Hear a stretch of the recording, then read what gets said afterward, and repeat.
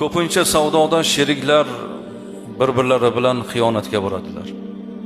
O'zi aslida sherikchilik bu baraka. Sheriklarning bir sherigi menman deydi Alloh taolo. Alloh bor joyda, Alloh bor sherikchilikda baraka bo'ladi. Agar ulardan bittasi xiyonat qilsa, men ularning orasidan chiqaman deydi. Alloh chiqib ketgandan keyin baraka ham ketadi u yerda. Sherikchilik juda qiyin, lekin shu sherikchilikni rioyasini qila olganlar juda ham barakada. Yolg'on, firibgarlik, ishda, mehnatda, kasb-korda azizlar, tadbirkor odam, savdodagi odam juda ham yolg'ondan ehtiyot bo'lishlari kerak bo'ladi.